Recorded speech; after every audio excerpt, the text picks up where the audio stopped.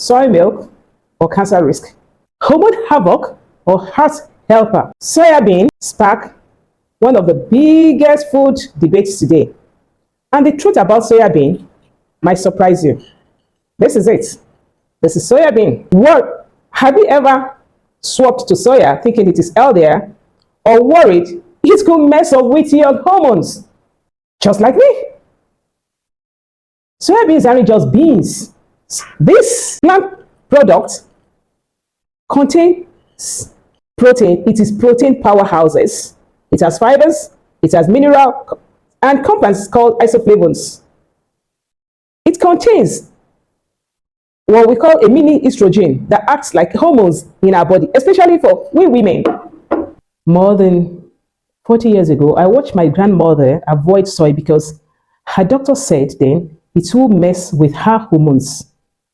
Last week, my neighbor started drinking soy milk daily because she said she saw that on social media and that it helps to prevent cancer. So I want to wonder who is right. Today, let me share with you what 3 decades of research actually shows. If you're really confused about soya, the milk, the tofu, this particular agricultural produce, you're not alone. I get questions about this every single week. Will soya milk lower my husband's testosterone? Can it really prevent my hot flashes? Or is it really safe for my teenage daughter? The confusion exists because we've been looking at soy all wrong. Let me explain. And I'll say, from my life, I used to be an addict of soya milk. I use this to make my soya milk. But when the Ulabalo came, I had to stop. And that led me to going into doing the research about soya milk and soya products in general. And here's what changed my perspective. In Japan, we all know that soya consumption is 10 times higher than in the Western world. And when you get there, heart diseases rates are significantly lower. In fact, in a particular population, that is Okinawan, they are known for longevity because of what? Because of the consumption of eating soy daily. But here is the key. They don't eat soya bean or soya product as superfood. They eat it as food. That is, it is natural in their eating. Let's look at the real world impact. A particular viewer on this channel inquired from me, Troy Mill, that she's been having hot flashes and that she couldn't sleep. She did talk about a doctor telling her to take hormone therapy. But some of us, she said she wanted to try food first before going for the hormone therapy. And she reported that after adding 1 serving of all soy daily, not supplements, please, just food, she observed that her hot flashes dropped to 3 per day within 8 weeks. Why did this work?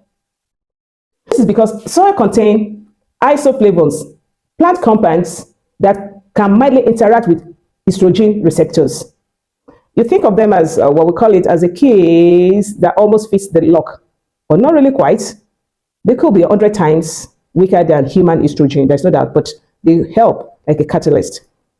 For women in menopause like me, when estrogen drops dramatically, these plant compounds can provide a gentle support like a buffer. For me, multiple effects showed no negative, even at higher doses. So, and eating soya bean early in life may lure breast cancer and also prostate cancer. One of it is that soya bean benefits your heart and it lowers cholesterol. You so much love fried foods, or maybe your favorite snacks have more butter than you think of. What if I told you that adding soya bean could be of help? Just about 25 grams per day could lower the LDL, that is the bad cholesterol, by around 3 to 4% in just 6 weeks. What about all those scary headlines that we keep hearing that, oh, it could cause cancer? In 1990, using isolated soy protein injected into rats, eating tofu is nothing like injecting lab rats with mega doses of isolated compounds. They are quite different. And that eating soy could feminizes men. This myth started with one case study of a man drinking soy milk daily.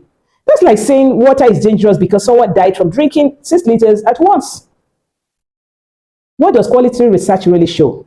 Population studies following hundreds of thousands of people for decades show soy consumption is linked with lower cancer rates, not higher cancer rates, please.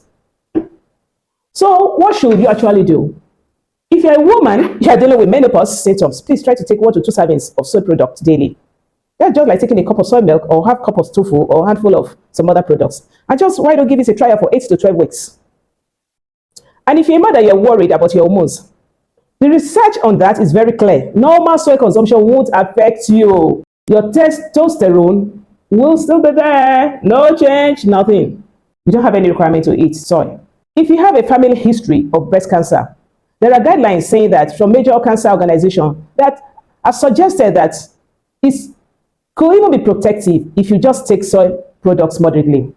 So the key word about consumption of soy products is moderate. We are talking about food. We're not talking about mega doses of supplements. I would like you to try this. If you're dealing with menopause symptoms, have 1 serving of whole soy daily for 2 months. Track it and report how you feel. Then come back and let me know in the comments. Will it help?